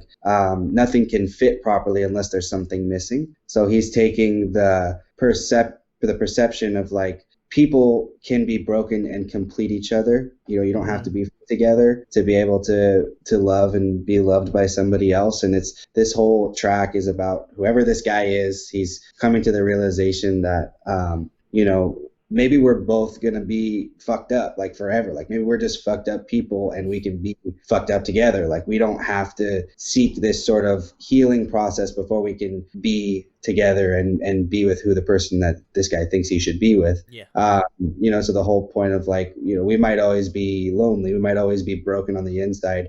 We don't have to approach that alone. Like we can be lonely together. And that's kind of the whole idea, but it's written in a very specific manner with the verbiage to where it seems like he's been awake for a long time. He's sleep deprived and he's very manic. And there's some lines in each of the verses that kind of allude to the fact that he's, hasn't been sleeping and he's a little bit on the crazy side, So the whole song is kind of like, dude's been up for a long time and he's like, coming to all these epiphanies are all appearing in front of him about, life and love. And like I said, you can be broken with somebody else and still find, some sort of happiness through being broken with someone else. So that's kind of 37 hours, the name of the song is basically, in my mind, how long I feel like this guy has been awake before he started to say these things. And I think 37 hours is like the perfect time frame where you haven't been awake so long to where like you're about to like die and pass out and just like completely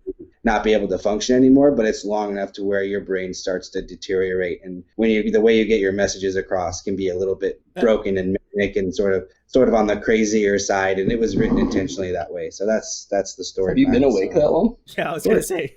Absolutely. I've been on tons of benders, dude. I drink a lot of coffee. So I think the longest I've ever stayed awake is like maybe 24 hours. Yeah, I was going to say, I think mine's 24. Maybe. Yeah. I mean, for people who deal with like true mania, it's not uncommon to not be able to sleep even when you want to, So that's kind of the whole premise is this guy is very clearly manic when he's talking about all this stuff. And that's kind of the whole idea. So I am curious though, because like this is, I don't know how many songs thus far that we've talked about in terms of writing from a fictional perspective, but do you find that like writing songs from a fictional perspective like opens up a different opportunity for you to like explore your like writing and being able to like put two different like people in a scenario that like you obviously like know the story and like how it goes, but like you don't obviously want to use the people that you know in the story, so you kind of fictionalize it in that aspect. Does that come more naturally in terms of like writing that, or do you feel like you're like, oh man, like I don't want to write about them specifically, so I'm just gonna change change the name around? Yeah, I think like the coolest part of that question is like I can't change things that actually happened, right? Sure, yeah. So like when you're writing anything fictional, you're in control, and it's really, really interesting to watch how even when you're writing a story that you have 100% control over, how all these mini themes can come through that are very real. So like even if it's not a real story, the things that you're really feeling, whether it's conscious or subconscious, are going to find a way to sneak their way into this story somehow, right? And you could write anything in the world, and it's crazy to me because I can write any story I want to. If it's not a real story, I can do whatever I want, right? It's my own platform, and I'm the creator. But when I write about stuff that isn't real things still find a way in. Yeah. That's kind of the fun part for me. But it's not any harder or easier. I think it's just fun. It's just more fun for me to write about things that aren't real because it's challenging. It's challenging compared to what I've done throughout my career, which is mostly just breakup songs where I'm crying into the microphone, talking about who hurt me, That's every emo band, so you're not far off from that. But yeah, that's the best thing for me personally about writing in that style. I mean, at least you didn't write a song about how you hate your hometown and you want to leave. That's like every pop. Oh, we don't live in the Midwest. Yeah. We love it here. Don't worry, those songs are coming, guys. No, Kyle's moving there next year. Yeah, Kyle's gonna be like, man, I want to leave California right now. And that's it. That's gonna be the next song, guys. You heard it here first. No, it's cool to me too, because like I feel like you have obviously a very good way of putting things together, even if like it doesn't, like there's a way that you can emulate it where it does feel like it's a real thing, you know, even if it's not. And so like obviously getting that perspective that it's like a fictionalized thing, I think the way that you're able to kind of thread reality and also fiction together, I think is really impressive. And like I don't typically delve into the lyrics because I'm not like, you know, I'm not like some big brain like dude that's just like, man, like I need to like really like dissect this lyrical thing. Like it's not like a Silent Planet song where the guy writes like literally a theology in the like description of the YouTube video, and then I'm like, okay, cool, well, I'm not gonna take it like literally like section by section and try to figure out, oh my god, he wrote about like this war here. You know, you hit the spot right where it's supposed to. And I think that it's a great way to like have that reality, like grasp of reality, but also like just having this thing where like it's an enjoyable story that can be told from that aspect. So again, Kyle, wanted to give you the kudos on that. And also instrumentally, guys, just fucking rips. This one's a sleeper for me. I think I enjoyed this one a lot, and I think I'll probably listen to it a lot more now. But I was surprised by this one because I think it was like it has this like mellowness to it, but also at the same time I think there's little intricate things that I'm like, man, the more I listen to it, the more I'm gonna get out of it. So, you know, I'm gonna be bumping this shit early because I have it early, guys. No, so if you want to like PayPal me, Venmo me, league. I was just gonna say, guys, buy the CD, you know, and support the Demon and Me boys. We're gonna move into track number 10, which is Run. You know, listen, we're trying to keep this train rolling. We've been at this shit for I think like 2 hours now, so let's keep it going with track number 10, which is Run. All right, guys, that was Run, track number 10. I just want to let you guys know that this episode is sponsored by Domino's. Shout outs to Domino's. If you want to @ Domino's on Twitter, Domino's is goated. If you already know, you already know. I'm sorry. This is by far the best Domino's experience I've had too. Yeah. There we go. Shout outs to Domino's. I wish I had some Domino's now, but it's also like 11:30 here on the East Coast, so probably not best. Probably not best to eat pizza right now. But you guys got like good pizza over there, though. Oh, that's true. We do. So you guys got to come over, and then we'll get some. We'll get a slice. You know, I'm not gonna do it because I'm not Italian. So you're in Jersey, right? I am. I'm actually in Pennsylvania. Oh, I moved, but I love it. Are you a Penguins fan or are you a Flyers fan? I'm a neither fan because I don't really. I'm not a big sports person, but my girlfriend is a huge Flyers fan. So okay, all right, cool.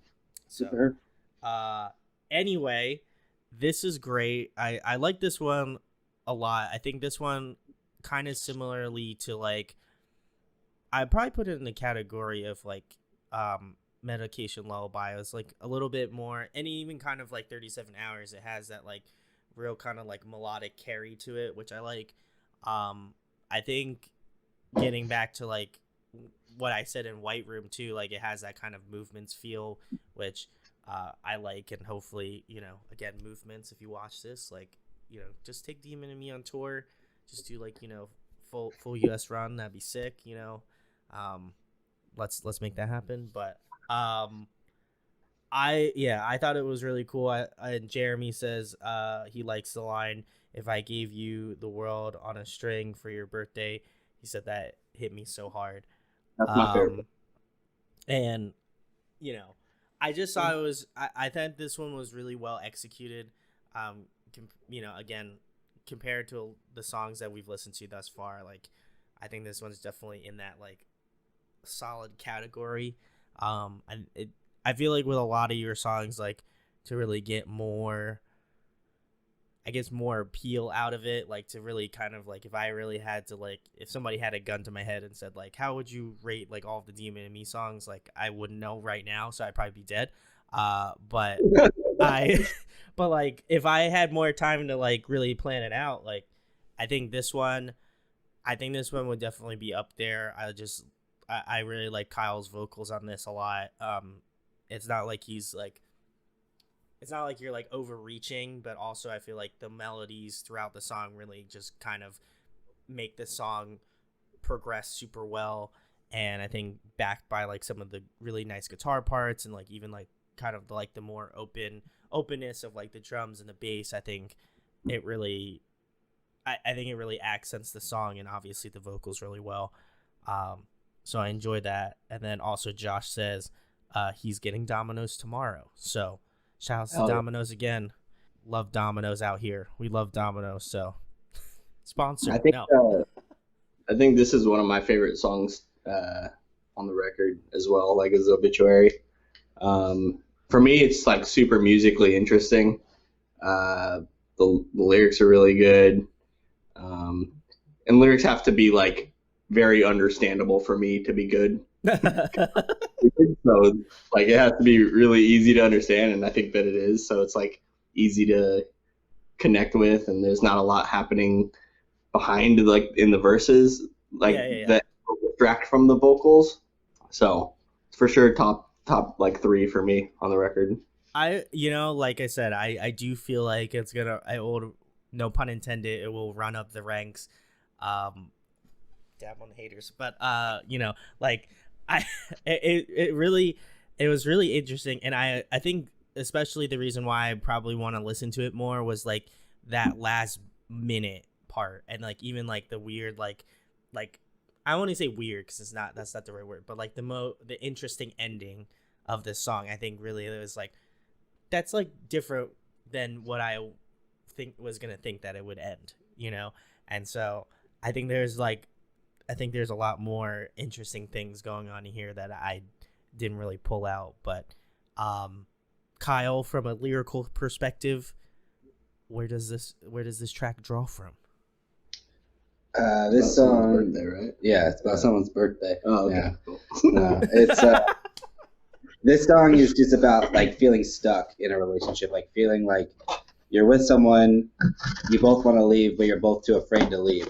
So it's kind of like just that feeling of being too afraid, whether it's because of how comfortable you are with someone or how long you've been with somebody. But you've both sort of come to that realization that like you don't like what's going on here, but neither of you are willing to do anything about it. Like you don't want to be the one to leave the other person. Yeah. That's basically what the song's about. Even though you both know that you're not, like you shouldn't be together, like you're not good for each other. So kind of just that feeling of being trapped, like I can't run. That's the whole point of the song. Feeling like you want to, but you can't. Yeah, I can definitely resonate with that sometimes. And like, I think like the cool thing about what you guys do as well is like, I appreciate some of the songs that are a little bit more straightforward. Like we were talking about Choke and like Canvas. Those are like very specifically one thing. But I also like the fact that like some of these songs are very open up to interpretation of like how you perceive the song or like what you get out of it, or like, or maybe it's in there, but like, it's not explicitly said. And so as being a music listener, connoisseur, however you want to say it, I think it's cool to kind of like listen to that and obviously get your guys' perspective. And so this one, I think this will move up for sure. 100%. Like, I think there's a lot of like hidden stuff that, again, upon first run through, I didn't really pick out, but I probably agree with Ciro. This is up there. I would say like so far right now, my top 3 right now, I think, are Obituary, War, and Run right now, with maybe like 37 Hours being like the honorable mention right now. So we're going to move into track number 11, which is Parasite. And you guys, if you've listened to it, cool. If you have not, then you'll be listening along with me. So that was Parasite, track number 11. We've got one more after this one. But if you guys want to head over to Twitter, I made sure to tag Domino's in this fresh post here. Oh, yeah, baby. Let's go. Yes. Domino's. I'm just saying, it would be cool if you sponsored this whole segment right now. But anyway, speaking of which, Parasite. This one was great. I like that it has more of that rock, alternative aesthetic, kind of similarly to Deja Vu, at least in my opinion. And it definitely has that thrice tone all over it. That was as soon as the song played, I was like, this definitely has that very big thrice feel to it, which again, can't love thrice enough. But really enjoyed that. I think this one is another really good upbeat sort of track. I would love to see this one live. I feel like this one would be a very cool one to see played live. And just a fun overall track. I really enjoyed this one. I would say it's kind of in the middle of the pack, but again, these are all first listens, so I imagine that my tier listing for Demon in Me will change over time. But they can't all be at the top. Right? I know. Well, they're all top. 1 through 12. They're all S+ tier. So I don't even know why. Honestly, I don't even know why I'm talking. You're like. Well, no, I just in terms of a ranking system, if they were all at the top, then none of them would be at the top, right? So I'm glad you're telling us it's the middle of the pack. I like that. Unless you think of the top as like a patio where they can all sit at the same. Yeah, this one's got to sit below in the basement. It's not like a ladder. This one's one of the legs for the patio. This, for the record, no pun intended. This is actually my personal least favorite song, and it's not that I don't like the song, but just in my own personal tiering of the album itself, this is probably my least favorite. Played. Yeah, probably my least favorite. My least.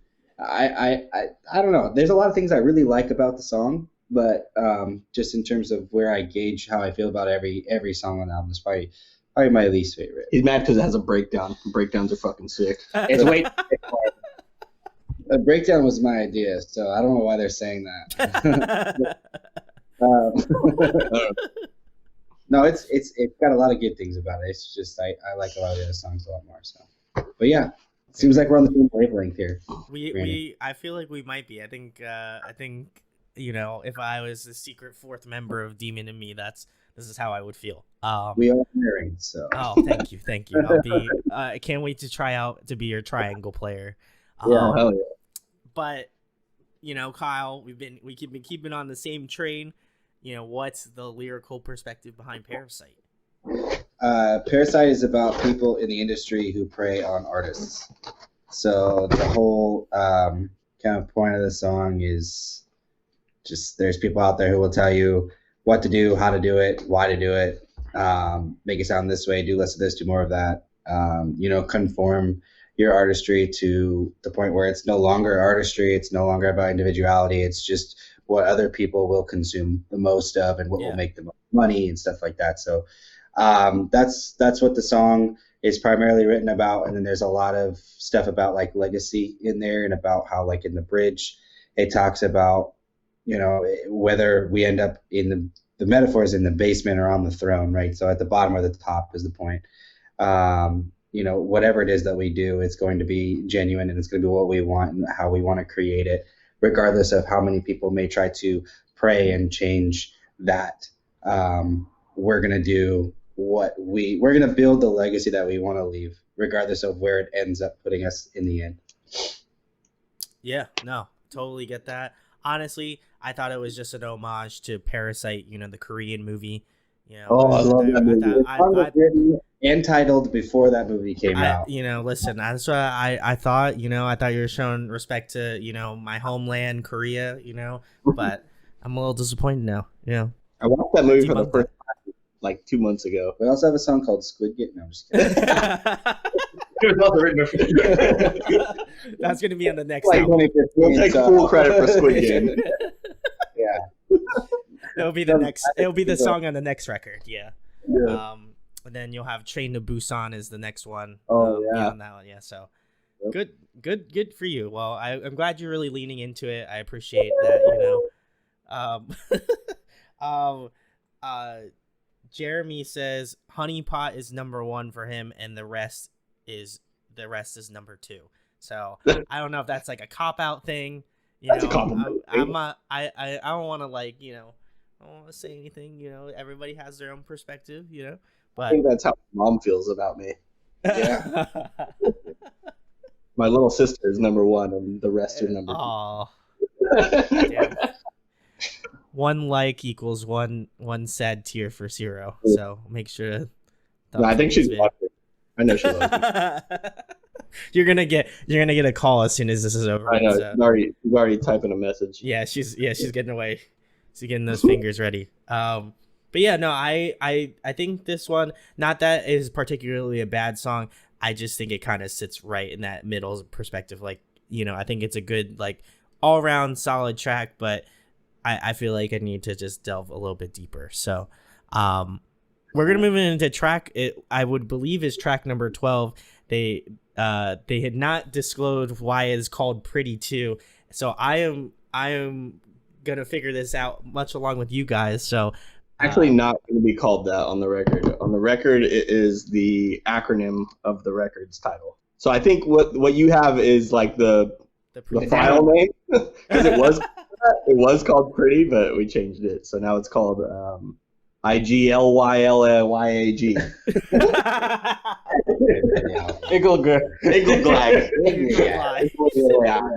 So. And the name of the record, which we haven't even said yet, you're right. We've been talking about this album. Oh wow! Is I'm Gonna Love You Like You're Already Gone. So it's an acronym for that. So it's also a lyric from Deja Vu. It's not. It's from the song. Okay, it's from a song that nobody's heard yet. Yeah. So spoiler alert. My bad. Whoops. So this is an unreleased song. It's the last song on the album. Very near and dear to me. I hope you guys enjoy it. I think we should just start the countdown before Cyril wins anything else about the song. Okay, I'm not even gonna try to say. Just this is the 12th track. You'll find out. The final track. It'll give whatever. I don't fucking know. It's a guilt. It's a guilt. All right, let's go. All right, guys. I'm not gonna pronunciate the name because I'm gonna butcher it again. I'm gonna just let them talk about it, but I think the thing that I liked about this track, obviously I liked that it was just mostly piano and vocals. It reminded me a lot of Cancer by My Chemical Romance, like the same kind of like vibe or feeling, it's like really like beautiful, but also like, it's sad and emotional, and like I think that having it be the last song on this record, I think is really good, and I think it really obviously like cements the record well, like towards the end, and I think it kind of emotionally ties up the record really well, and just usually I'm not too big of a fan of like slow songs at the end. I like a real like anthematic sort of thing, but I feel like in this case, like I think you guys covered like a wide variety of different things, and so like for me, I felt like this was a cool opportunity to have like a song that feels different, sounds different, but still has that like Demon in Me kind of touch to it. And I'm curious if the next record will have a song similar to this or like in the same vein, but I like that it was just, again, exclusively mostly guitar, or not guitar, it was mostly piano and vocals. So it actually started as just guitar and vocals. So this song transformed. Kyle wrote it a few years ago, and I think he had posted like a video on Facebook of him just playing it at our old practice space. Oh wow, okay.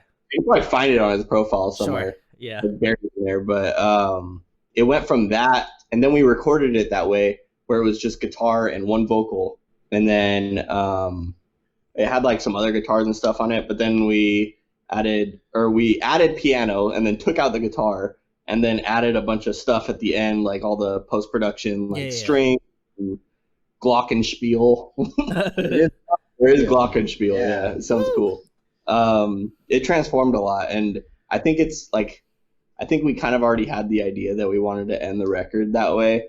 And we had talked about it before, because there was a song that Kyle had written and recorded like when he was like 18 or something like that, like super long ago, that we were going to use, or we're thinking about using.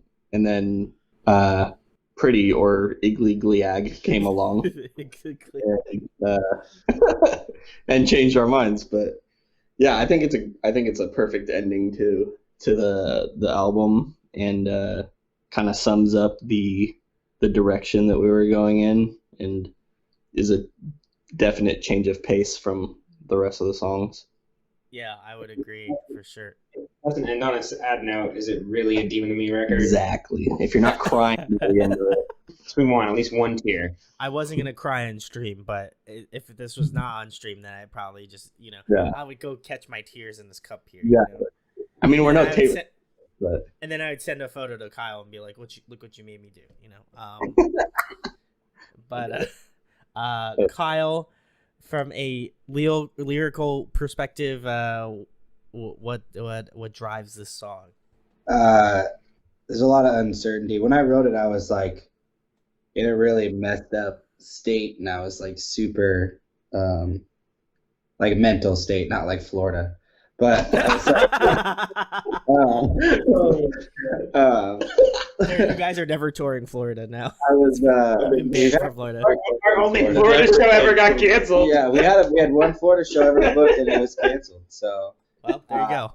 Maybe that's why we just like don't like Florida. So no, I'm kidding. I have nothing against Florida. So the kind of when I wrote this song, it was just kind of just getting a lot of emotion out. Sure. And when you're in a state like that where you're real messed up mentally and you're hurting and stuff, and you're trying to express yourself, it's similar to 37 Hours, where your brain can get a little bit jumbled and there's a lot of back and forth. So that in the verses, it sounds like this guy's like fighting for the relationship and saying, I want to keep this going. How can we fix it? Let's work on it. Let's talk. Let's like figure it out. And then you get to the chorus and it's just a 180 and he just flips and it just gets to the point where he's just like, no, like, I wish I could like expose who you really are. Like, yeah, I would do exactly what you're doing. Like, I would move on quickly. I would be with somebody else. I would write you off completely. But, I'm not lonely enough yet to do that. Like, I'm still processing what's going on. And then it flips back, with the verse, he goes back to what he was talking about in the first verse and then back to the chorus. So it's a lot of just this inner battle of, do I want to fix this and make this right with this person, or am I just dealing with it in a way where I have no idea what I want? So it's like I said, that sort of manic perspective that takes place in 37 Hours is very, very similar to the approach from this song, but this song is based off of a real experience. Both songs were written in sort of the same style, the same mindset, which is probably what helped a lot with writing 37 Hours was that mania that I felt when I was going through that experience and writing this song. I think I was able to pull from that and utilize that when I was writing a fictional story about a character that was in the same state, not Florida. Yeah. So that's it. That's the whole record. The whole thing. We did it, guys. We had that acronym planned for years. I started posting that acronym in like 2017 or something like that. I mean, we've been hinting at this record for a very long time. We always knew what it was going to be called. We always knew how it was going to end, but the process of everything coming together the way that it did was a huge surprise, and it was a lot of work, and it took a long time, and we're excited to get it over with and get it out, and people can hear it. And then, like I said, there's a lot more new music already pretty much ready to go in the pipeline. So we're excited to see what happens next. Dim's coming out to kick your ass, so let's go. It's Dim season, baby. Especially if you're in Florida. But except for if you live in Florida, then that is not Dim season. Beat up some panhandlers. But Josh says that it's gorgeous. Jeremy said he loved it. So Jeremy and also Josh, thanks for hanging out. I'm gonna give the floor to Demon and Me. Tell them where they can find, the CDs, your merch, your social media, the tour, anything else you want to guys plug, talk about, things of that nature. Do it up. Yeah, so the tour starts on the 30th of this month, and it runs about 3 weeks. It's Western U.S., so we're going to go as far as Texas, I believe, but Texas, Utah, Arizona, lots of California dates. I think there's a Denver date in there. And that's in support of Corey Wells, who's a Pure Noise Records artist. If you haven't listened to him, please listen to him. He's very good. He's a very close friend of ours. We've known him for a long time. He writes really good music. And then the album comes out on Wednesday. It'll be available to stream everywhere for free. You obviously can buy it if you want to on Amazon, Apple Music, or I don't know, iTunes isn't really a thing anymore, but you can do that if you want to. And if you want a physical copy, you can get it on tour, so you can get it at a show. If we're not coming near you, you can just message us directly and we can send you one. Arrange some sort of a like Venmo or whatever thing, and we'll ship it out to you. And then I think we're going to do some sort of a Black Friday sale. We have some new merch that we just printed because the record comes out 2 days before Black Friday. So there'll be some sort of bundling available where you can get this record, the old record, a shirt, long sleeve. We have a few hoodies left. We're running pretty low. We're almost out of hoodies. So if you want a hoodie, definitely want to jump on that quickly. And then we'll try to ship that out before we leave for tour. And that's pretty much it. All of our socials are pretty easy to find. There's no other band called Demon and Me. So if you search Demon and Me, you'll find us. So there we go. Well, if you can't, for whatever reason, find the links, I will leave them in the description. Go check out Demon and Me. If you like to pick up physical CDs, much like myself, go, like I said, go hit them up. If they are coming to a city near you, then obviously go pick it up in person. I'm sure they would appreciate it a lot. Also, I will fight anybody for a hoodie. So don't fucking take those hoodies because I'm going to go buy one. So if you take a large hoodie, I'm going to come find you. But if not, then I'm just going to buy it. And then, we're everything's gravy. But put it on hold for you. Thank you. Well, again, go check out Demon and Me. Again, super stoked that they were my test subject for tonight, the inaugural episode. Again, go pick up the new record. This video on demand will be out when the record releases. So if you happen to be watching it now, thank you so much for hanging out. Thank you so much for watching. And if you're watching it in the past, also thank you for watching, and go pick up the record if you can. And huge thanks to Demon and Me for coming on tonight and sharing this experience, because this was great, and I can't wait to do it more often. Yeah, it was a lot of fun. Yeah, thank you for having us. Great format, obviously. Reaction video. And shouts to Domino's. Domino's, listen, go sponsor Demon and Me. I don't ask for a lot in life, but if that was one thing that I could ask for, Domino's, just saying. Garlic cheesy bread. Let's go. So garlic and cheese and bread. And Demon and Me record. And cholesterol. But with that being said, guys, thanks for hanging out. Thanks for watching. And I hope you guys have a good night. See you guys.